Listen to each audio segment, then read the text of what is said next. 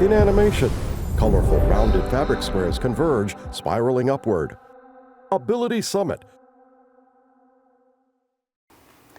Microsoft's Alexia Claiborne, Director of Inclusion and Accessibility here in our events team, leads a powerhouse discussion with community leaders whose families shaped the American civil rights movement.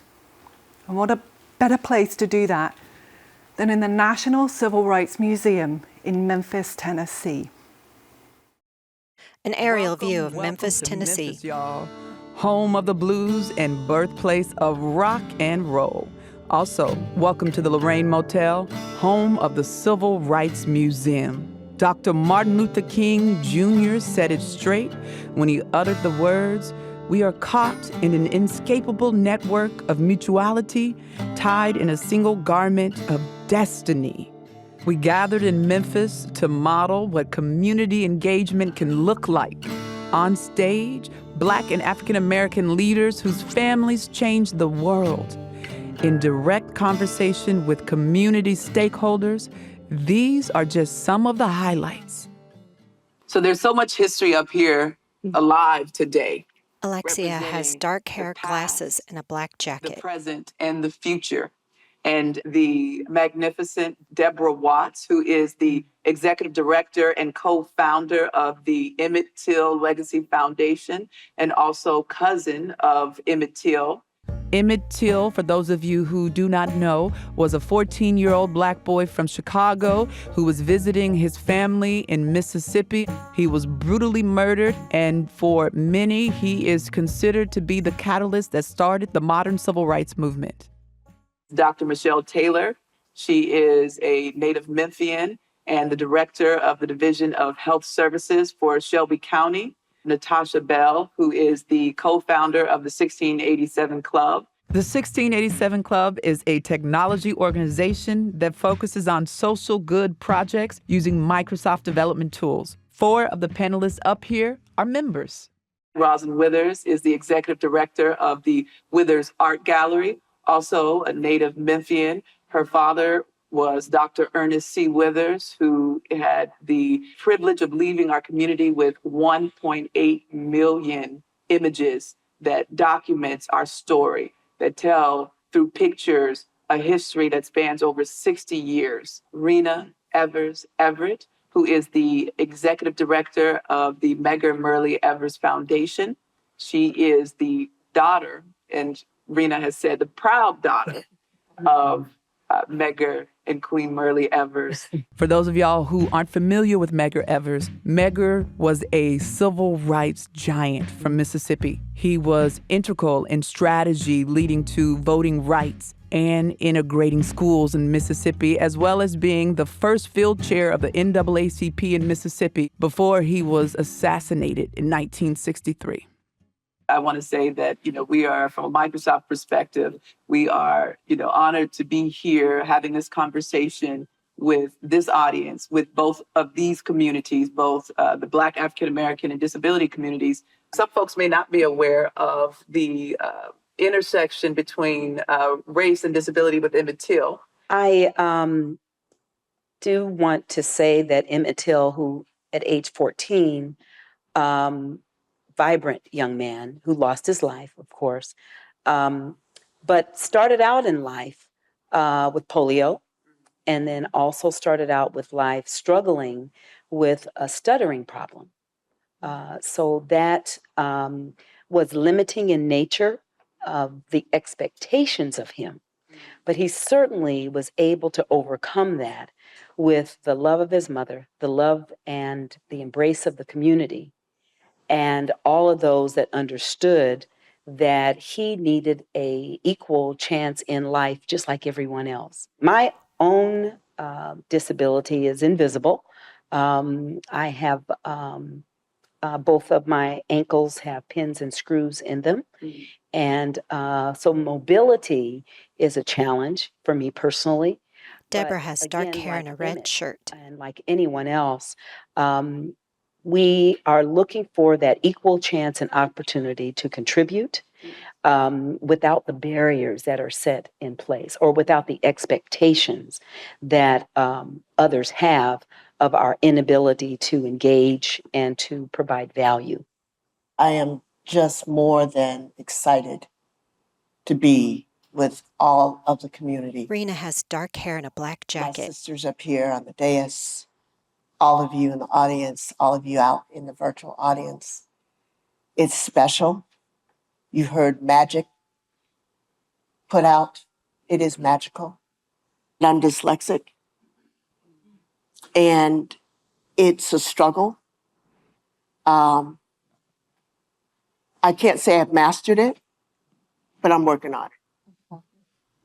Through that understanding of being labeled in school that you're slow or that you can't rise up above it, it challenged me to do the best that I could do. And that's what we all have to do. What are some of the lessons learned from the civil rights work that your father was a part of that you continue that can inform how we fight and make progress for everyone, amplifying the disability community? So often we are erased. So often we are in a position where we are told that our history is not important, that we don't count, or that we are a threat. But when you have the evidence of its existence, what comes with that is a foundation for our youth to know who we are. Rosalind has That dark digital hair content and a black and gold is who shirt. we are. And it's visual, and that builds strong communities when you know who you are and where you come from.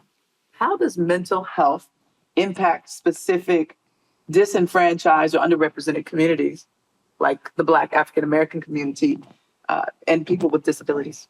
Disability of mental health comes in so many forms. I'll take the Teal story, for instance. What's difficult about that is that it's been over 68 years. 68. Yes. This This family year. has no closure. With all the evidence, with all the proof that comes with knowing that this existed, the trauma that comes in their family of not getting that closure of justice is difficult. What we just finished talking about, longstanding trauma, trauma from racism, trauma from discrimination, trauma from health inequities, trauma from lack of access, trauma from all manner of things. Michelle has Living red hair and a in dark black suit. and brown skin in the United States, and particularly in the South, has stayed with us. And we are seeing that borne out in our children, our grandchildren, within the African American community. We have to start doing a better job of being transparent about what mental health or mental disability may look like. Usually when you have one disability, you have a few, especially learning disabilities. So I had a few, but one of the ones that I think that left an impact on my life was a speech impediment. And so my mother put me in speech therapy in around the 3rd grade. And I just remember walking to that class, being separated from my classmates and having to walk to speech therapy. And it was only until the 6th grade that I was done with speech therapy. They'd helped me overcome my lisp. And I'm sitting in class going to that hour and realize that's English. And I realize I'm like, man, I haven't gone to English class all the way until the 6th grade because I was going to speech therapy. And so one of the things that the intersectionality between the community and disability is that oftentimes inclusion is the very tool used for exclusion. There are literal schools that are schools of inclusion, and they would be 98% minority. Natasha has long dark hair and a green It's jacket. the very tool used for exclusion. And so we have got to marry our efforts with tech to make sure that we guard against human error, human biases. I think we can use technology and AI to make sure that we watch the data And even I recently found out that even artificial intelligence can have biases in the code. And these are going to be the things that are used to see whether or not who can purchase homes, who has credit. And so we as a community have to get into the tech space because we have to be on guard and say, hey, these things can't happen here too.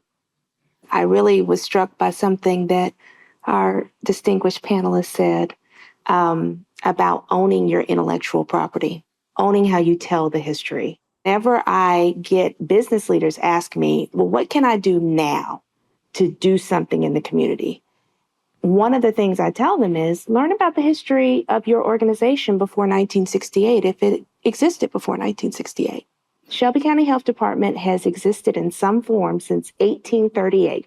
Up until 1972, our birth and death certificates were color categorized by race. So orange cards for African Americans, white cards for whites, and yellow cards for infants that were born stillborn. And for my elected officials and people who have been elected officials, you know that vital records are very important for what you pay for in the community. So there couldn't have been any other reason to color categorize those vital records, except you needed to decide what your allocation was going to be based on the number of births of African Americans and whites in the community. Remember, the state of Tennessee didn't go electronic until the 1990s. So a lot of us who grew up here had to go into the card catalog, you pull the card, then you go to the book. And they said most African Americans in the book have the equivalent of what you know as a short form. First name, last name, date of birth, the death certificate, death date. That's it. When you pull a white residence card, they have the equivalent of a long form. All that information I just said, plus address, maybe what your mom and dad did for a living as an occupation, all the things. So even from the day you came into the world until the day you died, your worth was determined by what was on that card. And the worth was not equitable. It was not equal. So when we have our panelists up here telling you how important it is that Microsoft has engaged in this work, that tech is really taking the idea, some folks in tech have taken the idea that this is important. It is important for us to own our stories, to tell our stories. How do your intersecting identities between race and disability shape how you move through the world? Understanding the historical trauma that is permeating through many of our Black and Brown communities. So I carry that weight. It is a heavy lift in a lot of instances to move through life with all of those things that intersect that could be barriers. The other thing I do want to say is that we don't talk about those things that that are intersected in our lives, do we? We walk around and someone may say, look at the beautiful Rena down at the end of the stage there, may not know her story. We don't walk around with our stories, do we? So it's so important to have opportunities to share them, as we talked about storytelling, because those intersections are those things that make us brilliant and unique. Those things that are part of the things that intersect with us are the things that give us power, give us presence. We have heard such palpable thought leadership from this panel on the intersection between race and disability. So thank you all so much for joining us in this conversation. Thank you to the panel. Thank you to the in-person audience. Thank you to everyone watching virtually. Thank you to so many who made this moment possible. Thank you, thank you, thank you.